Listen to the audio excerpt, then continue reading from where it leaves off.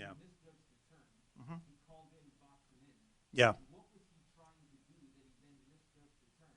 And are you saying that if me or anyone else went up onto a curb, hit a stop sign, knocked it into somebody else, and knocked them into a coma, that we would not face any criminal charge? Yeah, under these circumstances, you would not.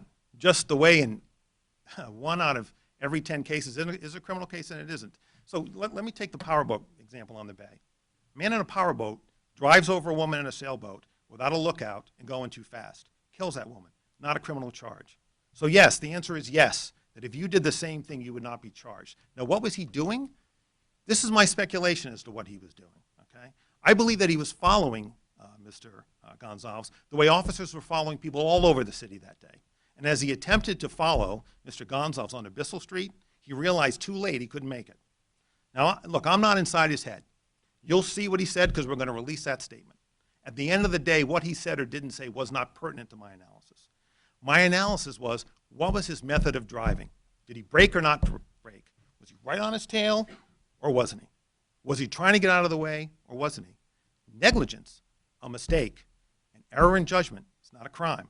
And we see that consistently throughout the state. If we brought every accident, when I say accident, I mean a collision with somebody, collision, motorist, pedestrian. I wish I could say it doesn't happen all the time, but it does. The number of those cases that we bring as criminal cases, compared to the number of times where we don't, it's very small. And when we bring them, we have the factors we're talking about here. Whether or not the other officers heard or acted upon the thoughts of that income, isn't it fair to say that that's what Officer Andres was trying to accomplish, to stop Mr. Gonzalez at that point? That may well be, but it had no impact on the crash. It only has an impact if somebody boxes him in. I can't box you in unless Steve gets between you and me and helps me box you in.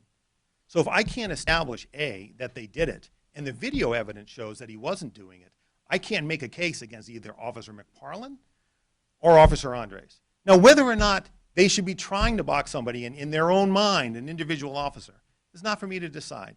What I have to decide is whether that radio call contributed to this crash, and we concluded, based on the scientific evidence, backed up by a state police opinion, that that's not what happened. Why did Officer McFarland stop in the, or nearly stop in the roadway, break in the roadway, right in the path of travel, and at what time did the radio transmission box this guy in occur? You said it occurred, he started pulling out before that happened, but did it come while he was pulling out in his path of travel? Look, it came out just before. I mean, one of the things that the state police have tried to do is answer that precise question, but we know that it happened just before. That's why the still shots are both helpful and misleading. What the still shots show you is that McParland is moving. At a half a second, if you look at those still photographs that are in the package and in the report, at half a second intervals, McParland is moving. He's not at the same place, so he's not moving. What would be consistent with boxing in? Him staying there. Him staying there. But he slowed down right in the path of travel. Why did He did. So his statement is in there. I can try to characterize his statement. His statement doesn't change my analysis because he's moving. Here's what he says, and I have no reason to discredit it, but again, it doesn't change or alter my analysis. The group has gone by. The vehicle with the flashing lights has gone by. He thinks the entire group has gone by. He doesn't know there's a straggler. He pulls out. He looks to the right to make sure nobody's coming northbound. He looks to his left and sees Mr. Gonzalez approaching. Maybe he thinks he's in no man's land. Read a statement, and then he proceeds. Well, what's critical, hold on a second, Steve. What's critical here, Brian, is that Officer McParland is moving. And again, if you look at the video, and those still shots can be deceiving because there's 3 different shots, but the whole time that elapses is a second. It's 2.5, 2.0, 1.5. So he's moving in that 1 second. If he's standing there, stopping there, that's a problem. Frankly, it's a problem for Officer Andres if he were to crash into him. Look, the reality is that if Mr. Gonzalez were to crash into Officer McParland, the odds of Officer Andres are probably pretty high too. I'm not an accident reconstructionist. I'm just using my common sense looking at the video. Steve? General, you said you counted witness statements. I don't think we've seen Officer Andres' statement. You will. Any others, but You will. all statements of police, are there any other statements that you took into account? Sure. Yeah. Yeah. So we looked at every police statement that was given that we took. We took them all. You'll have. They'll be posted on our website today. You'll have them. They're referenced and summarized in our report. Same with the civilian witnesses. They're all summarized. So when you say, you know, when I'm trying to conclude, when I'm trying to reach the most reliable conclusion I can, and I have this debate with my friend Commissioner Pare a lot, it's why I love video.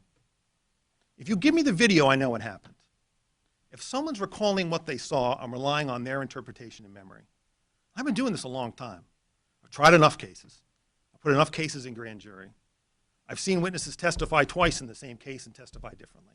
If I've got it on tape, that's where I'm going to begin. If that doesn't answer the questions, then I have to go sort it out amongst the witnesses. So we want to know what they say. And I give all the civilian witnesses great credit for coming forward and being cooperative and giving their best account of what happened.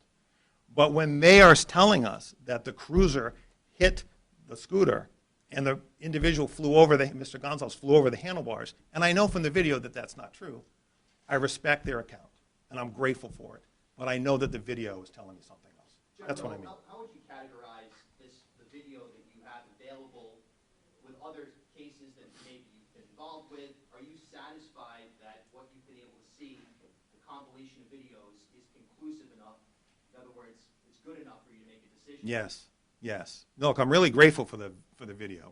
This would be a much harder case to analyze had we not had the video. There's no question about that. Because as you'll see, when you see we're releasing it all so you can see it. When you read the reports, there are some consistencies between some witnesses, and there are some inconsistencies amongst others. Again, by saying they're inconsistent, I do not at all mean to suggest that they're telling me something that is deliberately false.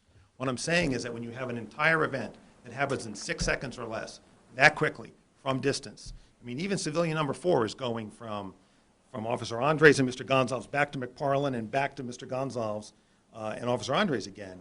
You miss things, it happens fast. So again, the video was very helpful to us, and where we could, which was really everywhere, we relied on the video.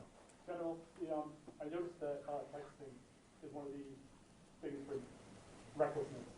I also noticed that he had his hand off the wheel at one point so he could make that call, and then he had to basically drop that and reestablish control of the vehicle. So he really was out of control of the vehicle for a very short time, at least one-handed, which would be the equivalent, I think, of even answering my phone while I'm driving or something like that. I picked it up off the seat, and then, oh no, had to grab it.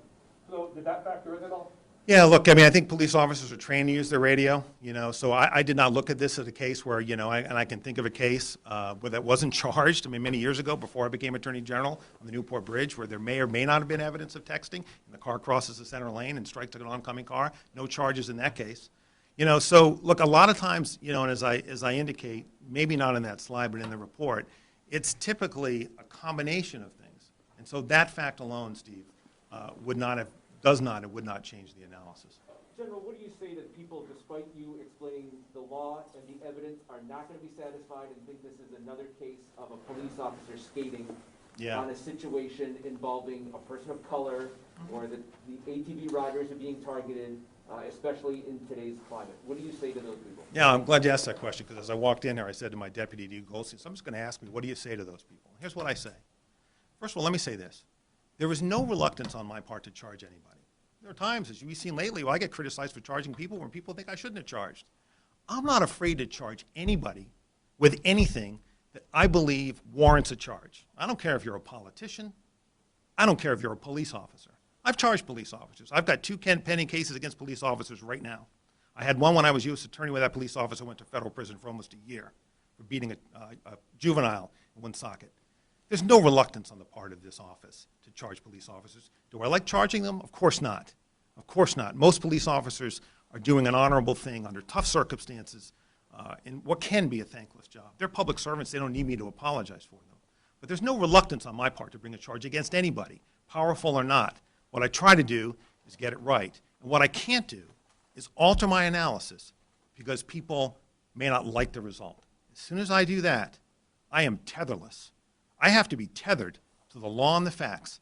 And if I can't do that, I don't belong in this job. So that's what I say, with respect. And I understand it. Will Officer Andres, Commissioner or Colonel, will Officer Andres face departmental discipline or any other officers for what happened that day?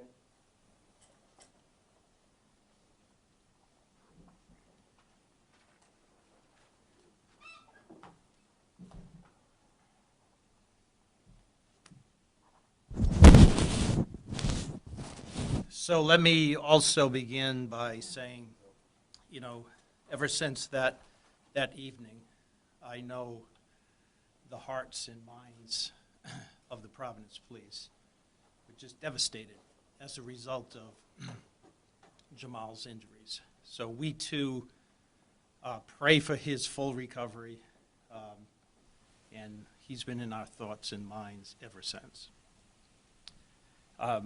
I appreciate both the Attorney General and the State Police, his work on this. As you've seen, it's elaborate. It takes a lot of effort and time, and we appreciate that.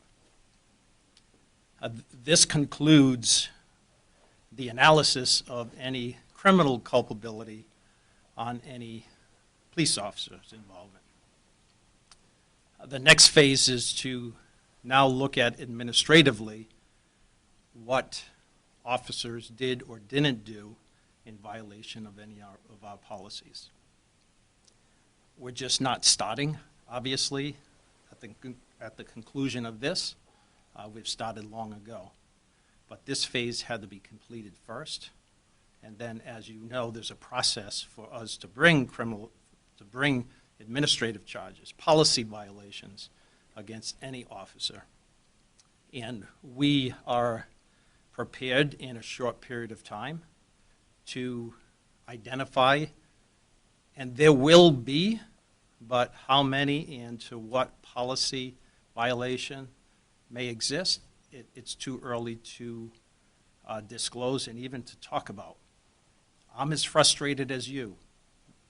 Our Law Enforcement Bill of Rights precludes us from talking publicly about any specific circumstances in which officers either face administrative and policy violation sanctions, and to what extent.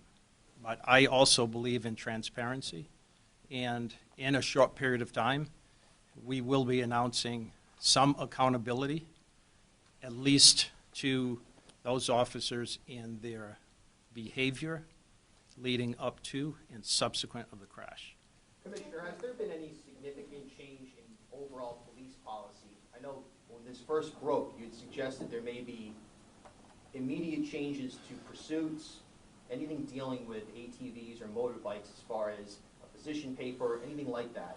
Have there been any changes that have been implemented as a result of what we've seen with this Jamal Gonzalez story?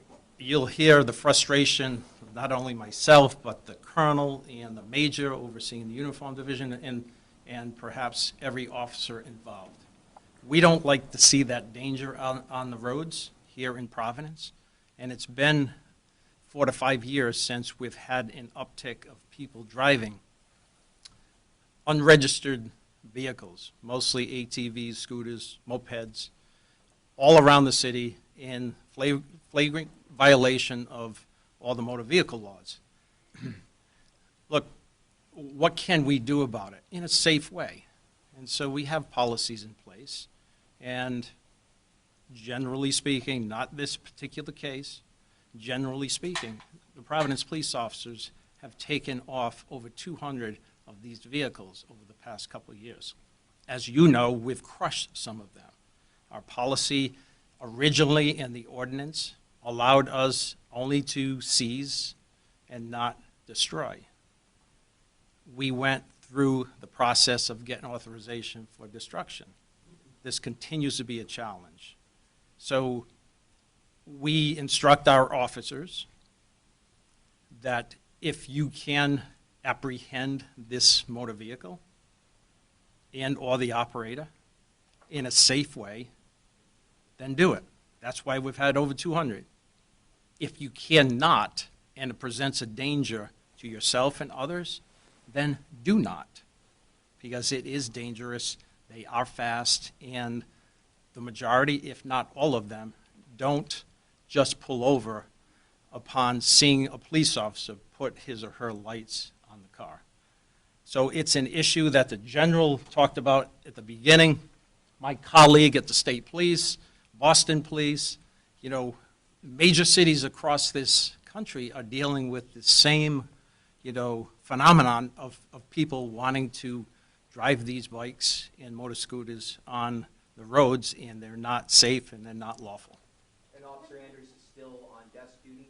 Yes, he is. Commissioner, is it a violation of the pursuit policy to box someone in? Yes, a pursuit policy, yes. When a high-speed pursuit, there are a lot of, and our policy's up online, there are a lot of requirements for an officer, and boxing in is not allowed in a pursuit. It's also And- not allowed, the policy says, in order to prevent a pursuit. So they don't have to already be in a high-speed pursuit, correct? Correct. You said that the Bill of Rights prevents you from speaking further about his actions. Does that mean you've triggered Leobor?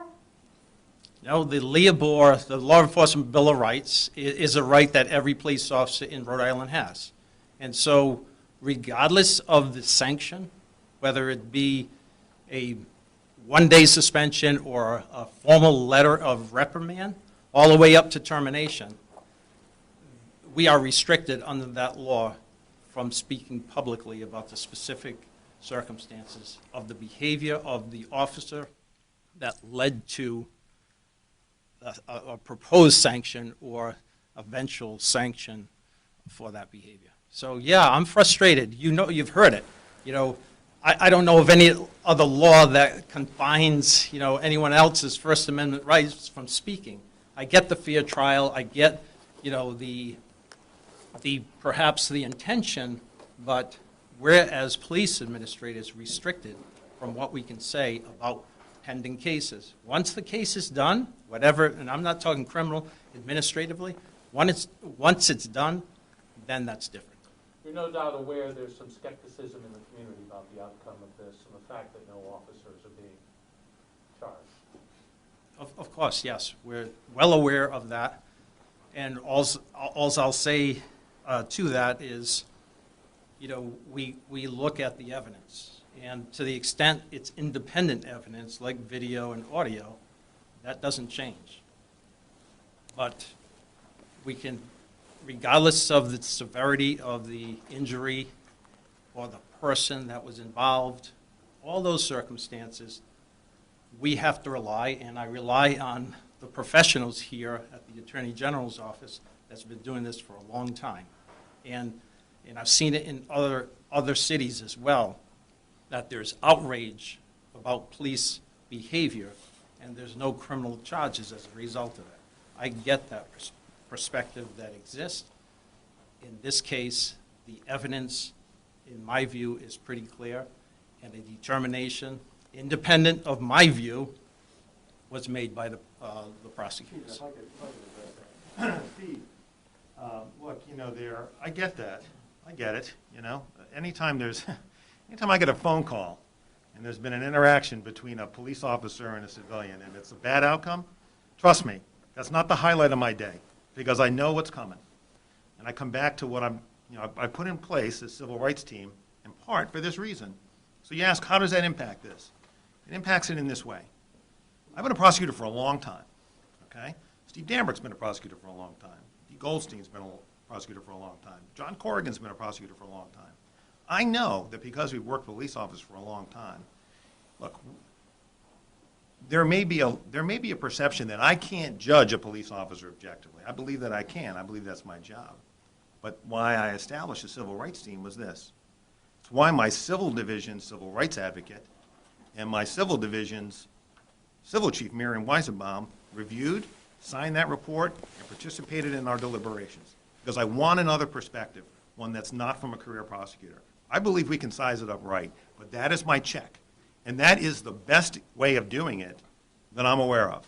When someone comes to me and tells me another way to bring another point of view into the analysis, I'm happy to hear it. But for a criminal case, that's how it works. And I'm confident that's what we accomplished here. I get that no matter what I do, no matter how much I try to explain it, I will not satisfy some people. One thing I can do is two things. I can make sure that I know that we did the best job that we could, and here it all is, folks. You got it all. You got my 50-page report. You've got the 100-page state police report. You've got every witness statement. You've got every video. You got every piece of scientific evidence. We talk about the grand jury And the grand jury is a powerful investigative tool, but what the grand jury can't give you is what we're giving you today, which is the information. And that's why I chose not to use it. I chose not to use it because I can't do a grand jury report. I didn't need it to do an investigation because I didn't need to force somebody to talk to me. Again, it's why I thank the civilian witnesses. Didn't have to compel them before the grand jury. And I knew that my ability to share my results with the family and with you and the public was going to be highly limited if I went to the grand jury. All right? So to answer your question, Steve, it's a long answer. I can only do so much. I can only do so much. But what I'm trying to be is transparent and to give you a thorough assessment of why we reached the conclusion that we did. And the takeaway for others, Brian, will be really for them to take away. Given your announcement today, there was the Jacob Blake announcement in Wisconsin, the riot, the storming of the Capitol yesterday, and a lot of people upset that a lot of those people were allowed, this has nothing to do with you, but were allowed to walk out of there and say that people of color would not have been treated the same. Are you expecting any unrest, maybe Colonel Manni?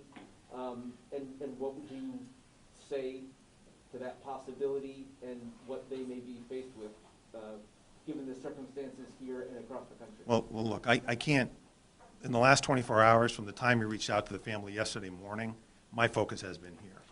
I have not focused, I'm aware of it generally, and of course, I saw yesterday what was happening in Washington. But my focus has been on this case for the last 24 hours, making sure we were ready to go today, and I was prepared to make this presentation and to meet with the family this morning.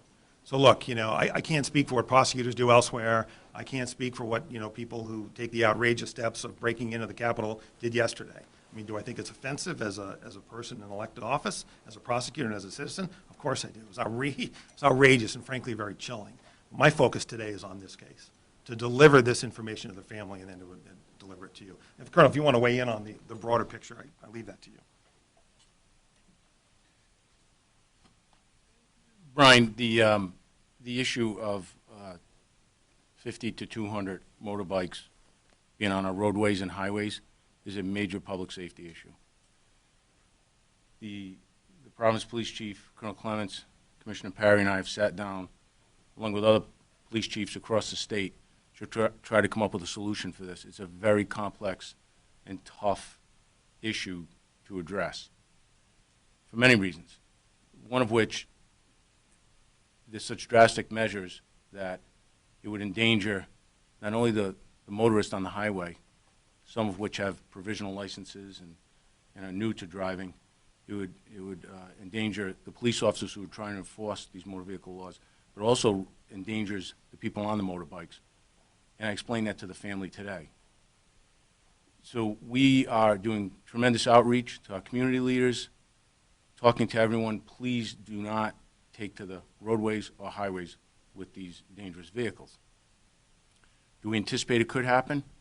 Hopefully not, that it will, but we are prepared for anything. And if someone is caught and we can stop them, they will be criminally charged. So this is a national issue, as the Commissioner stated. It's not just Rhode Island. Every major big city and state has this same issue with this new phenomenon of driving these unregistered motorbikes on our roadways and highways. What your investigation determined about how Mr. Gonzalez sustained his injuries? Because he was wearing a helmet. Was it the stop sign? Did he hit his head on the wall? Was it, I know officers dragged him at one point. What was the determination there?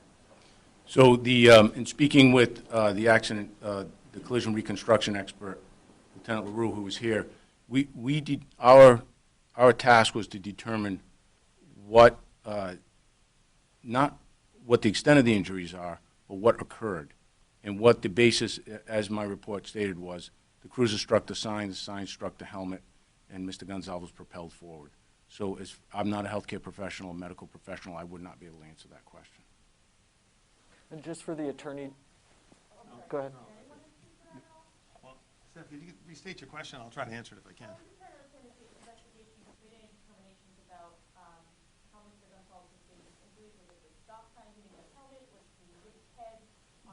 Yeah, the report answers that question, and I know you don't have the benefit of having it in front of you, but the report answers that definitively, that the middle of the stop sign hit the rear right side of the helmet, and that's how he sustained his injuries. And that's in the report, and you'll see that. At the beginning, How fast? Yeah, because it seems to me that if you hit this down here, you have this angular velocity like a baseball bat hitting them. So at 18 miles an hour here, the top of the stop sign would have hit it at much faster than 18 miles an hour. I don't know, Lieutenant, if you're prepared to answer that question. Not something we needed to calculate, we knew the mechanism of injury, so we left it at that. Just quickly, at the beginning of this, we were told this would be a 2-week-long investigation. What took it from 2 weeks to about 2.5 Yeah, months? well, I didn't make that statement. So, look, no disrespect to my law enforcement colleagues. This stuff takes time. When you see the report, to write a 50-page single-spaced report and analyze this case factually and legally takes time. It wasn't helped by the fact that I was in quarantine for 2 weeks. And then we hit the holidays, and I did not feel like it was a good point to announce it Christmas week or last week. So as soon as we were ready, and we were ready to go effectively, we were still tweaking things the last few days. The earliest we could have done it was December 21st when I came out of quarantine. I didn't feel like that was appropriate. But back up, why did it take 2 months to do it? The answer to that is this. When you see the amount of analysis that's done here, it takes time. And I will tell you that when we are screening cases in this office, remember, we screen 5,000 felony cases a year. This case was handled very differently from your typical case. I mean, the number of driving cases that come through this office in a given year, I'm talking about a driving case where somebody is significantly injured, is in the double digits. Okay, this case was handled very differently. Why? It was handled very differently because I get it, to Steve's point. I get it. When a police officer is involved, it's a different dynamic. That means we better be right. And the way I make sure I'm right is I ask every question. You're going to see in the appendix to Lieutenant, the State Police report, a letter from Lieutenant LaRue to John Corrigan, who's on our team. It was a follow-up to questions we asked. If we thought there were more questions to ask to inform our opinion, we asked them, and that's why it took so long. And then, frankly, to write it up and to put together a PowerPoint like this, it just takes time. It just takes time. And I have to say, look, I've done a lot of significant cases personally as an assistant U.S. attorney, as an assistant attorney general. Like, significant cases don't get done in 2 weeks. We may have a sense of where we're going in 2 or 3 weeks, but to make sure we're right and to write it in a way that is clear takes time. And then, of course, to be able to upload it and have it available to everybody on day one takes time too. Was the mayor, who I believe is the person who kind of put that timeframe on it, invited to be here? I did not invite the mayor to be here. I think, look, I had this rule when I was U.S. attorney. I think it's really important that elected officials, only elected officials, make sure I put this the right way, that I should be the only elected official at a press conference which announces the results of an investigation led by this office. And that is a rule I have applied when I was there, and I apply it here. No disrespect to the mayor, it's not personal to him. But this wasn't about the mayor, and this wasn't, frankly, at some level, about the Providence Police Department. They were really helpful in the investigation. But at the end of the day, that's why we put together this team. This was an investigation and analysis led by this office.